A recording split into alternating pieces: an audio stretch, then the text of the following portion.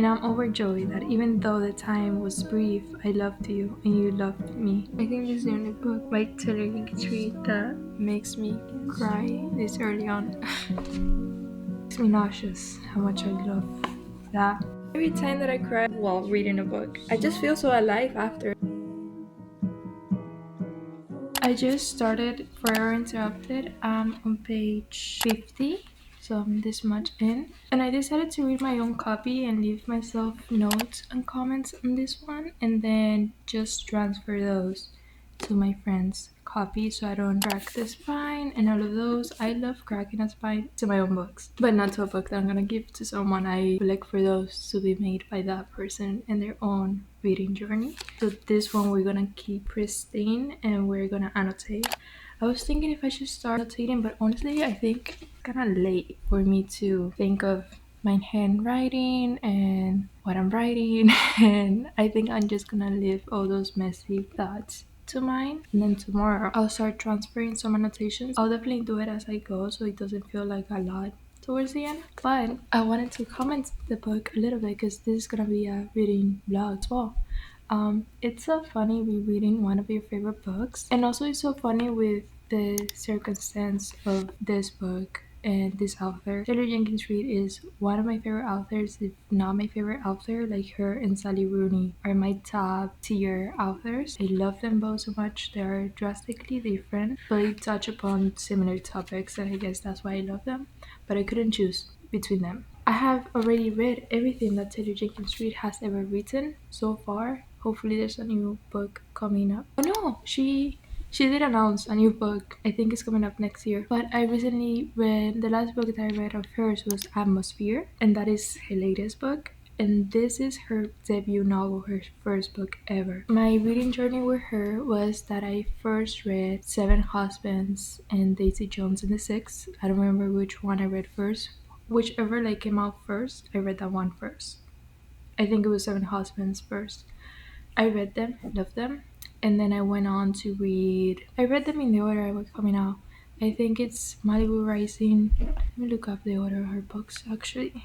I read Seven Husbands of Evelyn Hugo. Then I read Daisy Jones and the Six. Then I read Malibu Rising. And then this was around the time that Carrie Soto is Back had come out, but it was only hardcover. And I wasn't honestly too excited about the premise of the book. I ended up loving it, but just hearing about it, I was like, okay, I can wait for it to come on paperback. So at that point, I started reading her 4 earlier books that don't have anything to do with the Hollywood war and a theme that all of like the Seven Husbands, Daisy Jones, Malibu Rising, Carrie Soto's Back, and Atmosphere kind of have to do. Although Atmosphere feels kind of distant from that, I guess like Seven Husbands, Daisy, Malibu, and Carrie are the ones that I feel more connected. 1, 2, 3, 4. It's interesting that those are 4 books and her beginning ones are also like 4, because in my head I have almost categorized them into 2 different like universes of Taylor Jenkins Reid. Maybe this is a video that I could do because I love her writing and I find her path as a writer so interesting. So definitely I think it's good for me to also look at the whole thing more thoroughly. So maybe we can do a video on her.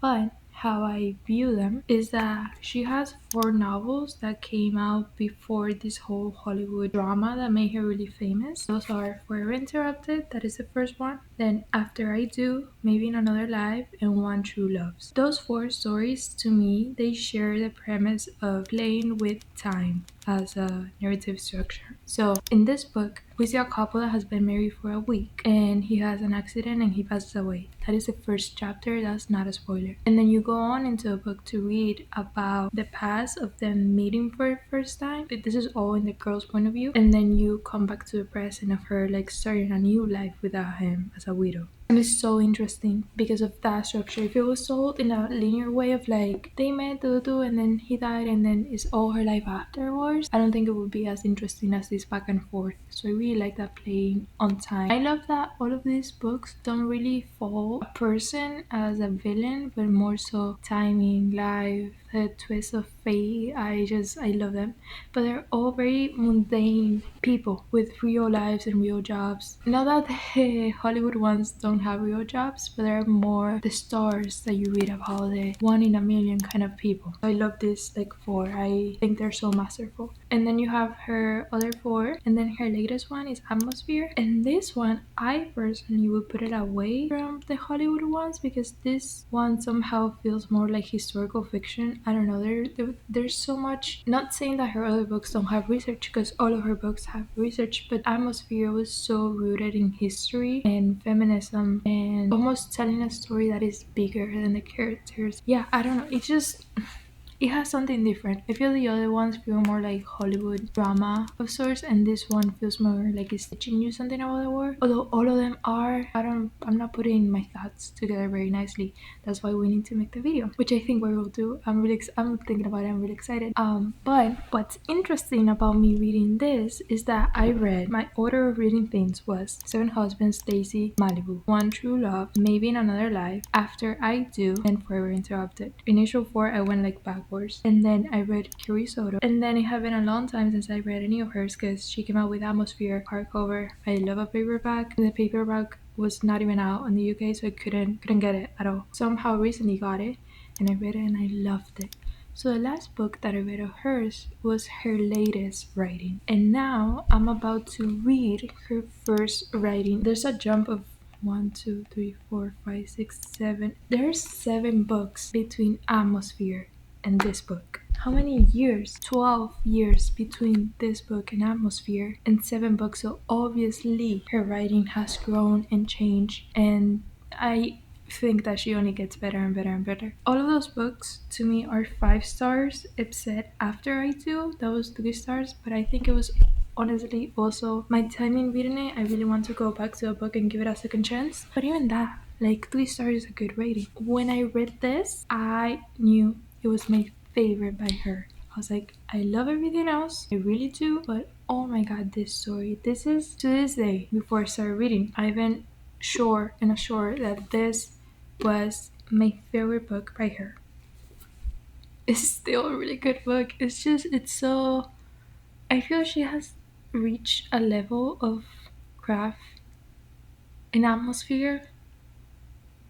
I'm gonna this to my friend who loves. She has only read the Hollywood ones and Atmosphere. She hasn't read any of the first 4. I don't know if it made the right choice, but the reason why I wanted to get her this is because one, my favorite book by her, and two, not plot wise because my novel is something completely different, but the jump in time and the very last scene of this inspire a lot of my novel. This is like one of my pillars. I was talking about this in my how to plot a story video. I think I was talking about this book. My friend, she is the one who knows the most about my book, who has read the most of my book, who has, is more hands-on with my whole writing process. So I thought it could be also interesting to get her to read this and get to have conversations around that. But I'm kind of afraid now because the last book that she also read is Atmosphere. And we had such a long conversation about that book and the fact that we both loved it so much. And during that conversation, I was like, no, but like, Forever Interrupted, I hadn't read that book in years. Now I'm reading it again. I know it gets better. I know it does. And it's not bad right now. I'm just being dramatic. It's just that Atmosphere is so good that now I'm questioning if this was the right choice. I know it was. I know she would like it. But there's just like different stylistic choices and 12 years of experience in between. So I want to share 2 things. One, this epigraph is my favorite epigraph I have ever read. Like, thinking about it makes me want to cry. From, I think, a newspaper. I need to look up more the source of this. But it says, every morning when I wake up, I forget for a fraction of a second that you're gone and I reach for you. All I ever find is the cold side of the bed. My eyes settle on the picture of us in Paris on the bedside table, and I'm overjoyed that even though the time was brief, I loved you and you loved me. It makes me nauseous how much I love that. Ugh. I just love that so much. So much. I never remember epigraphs. I remember that one. And then the one quote that I thought was so cute is when they first meet and she says, "My heart didn't skip a beat. I had no idea he was it. It was he. He was the man I had dreamt about as a child, wondering what my husband would look like. I was seeing this face I had wondered about my whole life, and it was right here in front of me, and I didn't recognize it." See, it has good moments. Keep on reading because we're kind of in a rush. So I didn't realize because my friend's birthday is celebrating early this year and it escaped me. So I have 2 days to read this, which I think I can do because I already know I enjoy the plot and I have read it before. It's currently 11:14, so I'm just gonna read here until I go to sleep. I'm kind of sleepy already, so we'll get through a few more chapters. It's 1:20 a.m. and I'm tearing up a little bit. On page 88, and I have forgotten how this whole metaphor that Taylor did. First of all, one of my old annotations here at the bottom of 82 was Marjorie is playing now, and I have the feeling I would always remember this book by that song. And as I was reading that, what was playing now was Wait by M83, and I started getting emotional. And then I reached part when they're talking about Supernova because they are on their second date, but already like their first day is so good. I like that is one of the scenes from this book that I constantly vividly remember. But they're on their second one and they're both worried that they're going too fast and how the other one is feeling. And she says, "I guess I'm worried that we'll be so into each other so quickly that we will burn out." And he says, "Kind of like a supernova." And she's like, "Hmm?" It is some sort of star or explosion that's so powerful it can emit the same amount of energy than the sun would emit over its entire lifetime. But it does it in like 2 months and then it dies. That is the metaphor for the relationship. They were a supernova. But that was not the part that got me teary. The part that got me teary is that the next page they're saying that they're gonna give each other like 5 weeks and they're just gonna, take it intensely, not let those weeks like die sooner, just like view each other. And she says, "Okay, no moving forward, no freaking out about moving too fast. Just this, that sounds great. No supernova." Ben smiled and we shook the net. No supernova.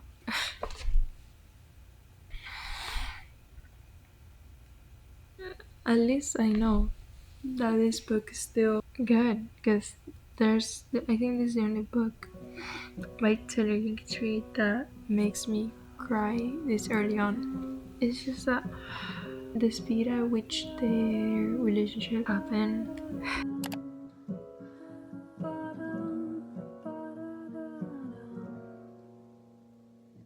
When you came to my garden as a gift from the night, in the moonlit glow, it slowly leads the way.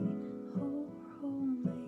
Yesterday I couldn't annotate or read anything at all. I was writing for my poetry manuscript and I'm also filming a video on that. I think this video will come up first. The birthday is today, and I always leave these things to the last minute. Not because I don't want to, I feel that I'm always late for something and I always have something to do. But this morning I woke up and I read some more and I started annotating. I'm on page 138, so almost halfway, and I think I can read this before then. What I've been starting doing with my annotations is that I wasn't sure how I wanted to annotate this. In the past I have simply annotated on the margins as I do with my own copy, but I wanted to make something special. So I've been using these color papers that I bought to make paper roses because I like making those for my MFA friends when they accomplish something in the masters. I just like to give someone a little rose. But I have a bunch of paper that I haven't found any other use for it until today. What I've been doing is that I've been leaving sort of little letters every time that I have a thought that I want to discuss with my friend. This friend of mine is the kind of friend that we don't ever have casual conversations. We only go full podcast mode. When we're texting each other, we send hours worth of voice messages about all the universal questions of life and meaning and books and literature and everything. So I wanted to sort of replicate that on here. I wish I could leave a voice memo on the book, but I wanted something physical for her to have. And we're both writers. What better than letters to your friend? So every time that I find something that I feel compelled to write more in depth about rather than my typical on the margin quick little annotation. So far, I have written 6 letters. I'll read you the first one that I felt compelled to do this with. So the epigraph of this book, I think I've read it in a clip before, but I have always loved this epigraph. This is my favorite epigraph I have ever read in a book. It says, "Every morning when I wake up, I forget for a fraction of a second that you're gone and I reach for you. All I ever find is the cold side of the bed. My eyes settle on the picture of us in Paris on the bedside table. And I'm overjoyed that even though the time was brief, I loved you and you loved me." Quoted to Craigslist posting, Chicago 2009. I had no idea what that Craigslist posting was. I assume it was some sort of newspaper. I don't know why. But I looked it up, finally. It has been years since I read this and years of me loving that, but I don't know why I never looked it up. So this is the first letter that I wrote her. Ever since I read this epigraph, I have loved it and thought of it as my favorite of all time. Rereading this book for you has allowed me to research more about its history. Thank you. Craigslist posting is an advertisement site where people can post jobs, things they're selling, etc. Like the newspaper. The title of this post is "A Letter to My Dead Girlfriend" and is written by P. The letter begins, "The ethereal power of Craigslist will get this message to you, I am sure," like in some sort of cheesy 80s movie. And this epigraph is the closing paragraph of that letter. Taylor Jenkins Reid included him in the acknowledgments. I somehow missed it the first time around. Today I felt the grace of curiosity, and that's my wish for you this year, that you let your curiosity guide you. I love you so much. Happy birthday, Vale. So that's our first letter. The others have been basically me pondering about life and telling my friend my questions and my what I think things mean, and I'm really excited for her to read it and for us to talk about everything. And at the beginning I was only going to do the letters, but then there are so many quotes that I don't even want to tell you how I feel about them. I just wanted to reinforce that they're important to me, kind of thing. So I went back and I have underlined some of them. I didn't underline everything that I have in my own copy because that would be a lot, but I have left little underlines throughout. And honestly, what made me want to do this is that the main character has a best friend and they're talking, and she tells her, "No one deserves a friend as wonderful as you, except maybe you." And then I underlined that and I wrote, "You reading this book." So I couldn't leave that only underlined, so I've been going back and underlining some other things. But now we're gonna continue on reading, and also I've been curating a playlist, and I'll leave it here too if you're interested. So let's get on reading.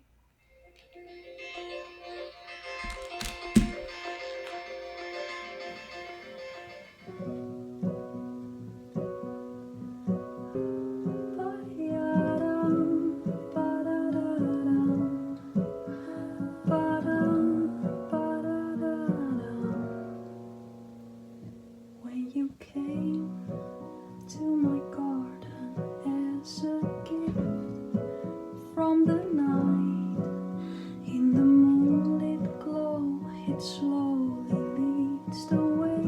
Oh, Romeo.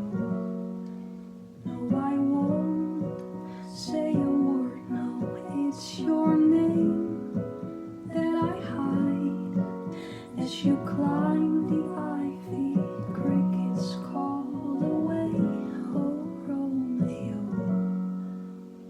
will you hold me for the first time tonight? Come to my bedroom, touch me, babe, beyond our names, and oh, Romeo, will you fall asleep with your lips on me as I softly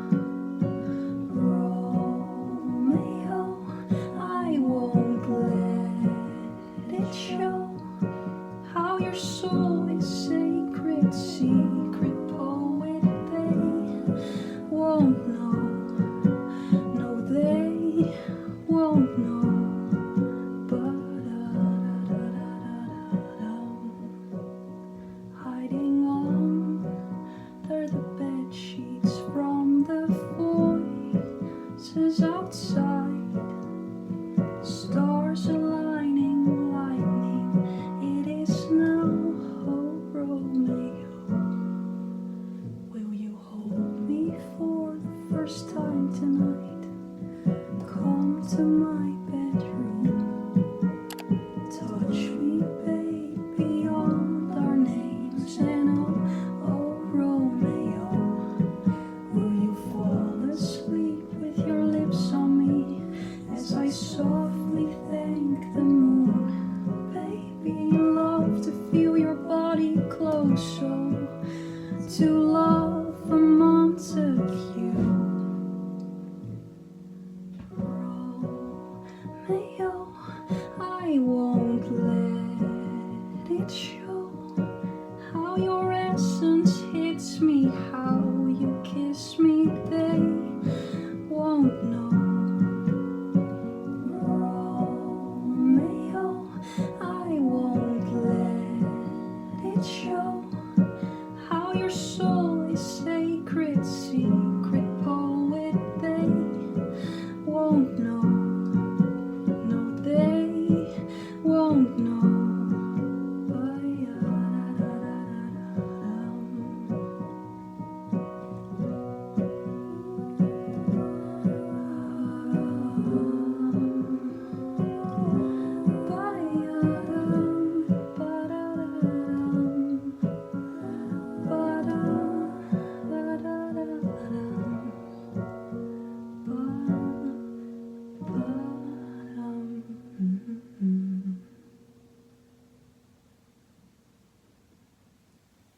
Callings of the nightlife draw me further in. Watch me throw a pebble stone against your window pane.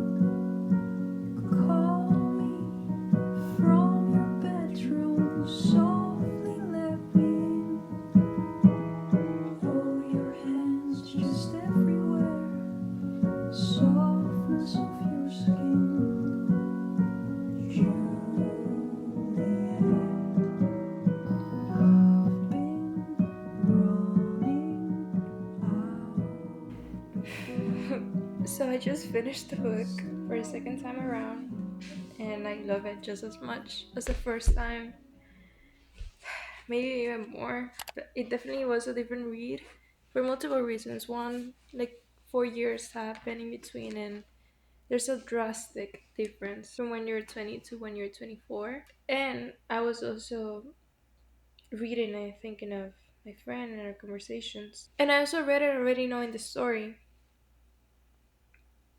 So every callback from the past to the present, the ways that both were connected, reading the past, knowing how the present goes, all of it just made it more intense, and like it allowed me to see the intensity of life, the meaning of a relationship, the meaning of their relationship, of the time they spent together.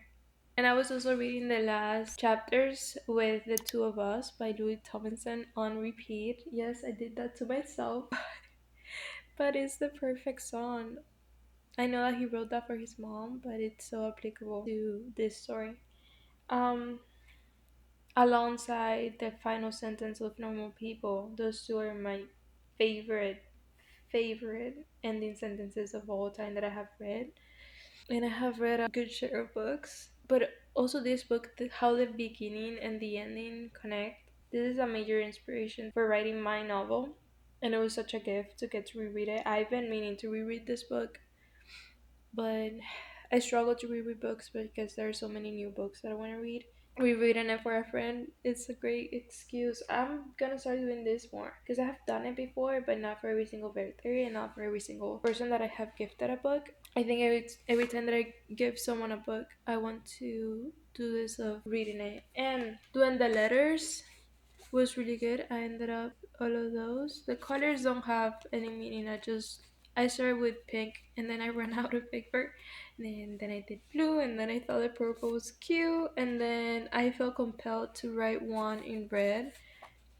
I don't know why, but I ended up writing 1, 2, 3, 4, 5, 6, 7, 8, 9, 10 letters. Some of them are longer than others, but in all of them, telling her something that about how I feel about something, but also kind of asking a question to my own self, to her. But I wanted to read you the last letter.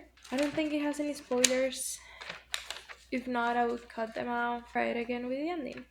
And I cried just as hard as I did the first time, which was insane. Because I saw it coming. I knew this was coming. When I first read it, I thought that what had like hit me the most was that I did not see that being the ending. But now I knew that was the ending, and still I wrote, "This closing sentence is the most impactful one I have ever read. I think about this ending constantly, and I don't know what I could tell you about it that Taylor hasn't written. I love how the story meets the ending with the beginning and how it's all one big circle of loving someone. The structure is why this book is one of my pillars for writing my own. Again, with a question of time, but I don't believe how much time you have with someone accounts for how much they mean to you and your life. Just think of how many marriages stay together for their whole lives, but don't speak to each other, don't listen to each other. I believe having little time with someone makes it even more special because of how you use that time.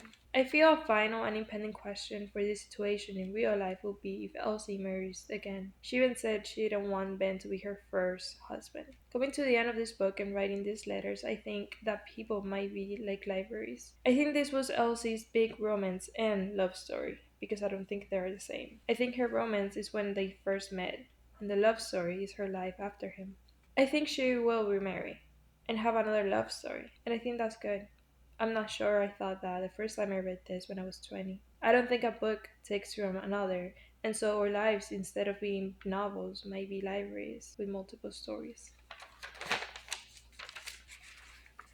I think everyone should read this book. I don't understand how Taylor Jenkins Reid has gotten so famous in this book. It's not talked about. I don't know how more people are not reading this, how more people are not curious of how the person who wrote The Seven Husbands of Erin Hugo, the person who wrote Daisy Jones and the Six, Malibu Rising, Carrie Soto is Back, Atmosphere, are not curious about what she wrote before that. And because of having read Atmosphere already and rereading this, because of Atmosphere being the last book that I read by her and that being not too long ago, and now rereading this, I can see the hints of her eventually in her life and in the future writing Atmosphere because there's a beginning of that idea in here, or at least of that topic of the cosmos and humanity and loving someone and everything. I'm going to start getting ready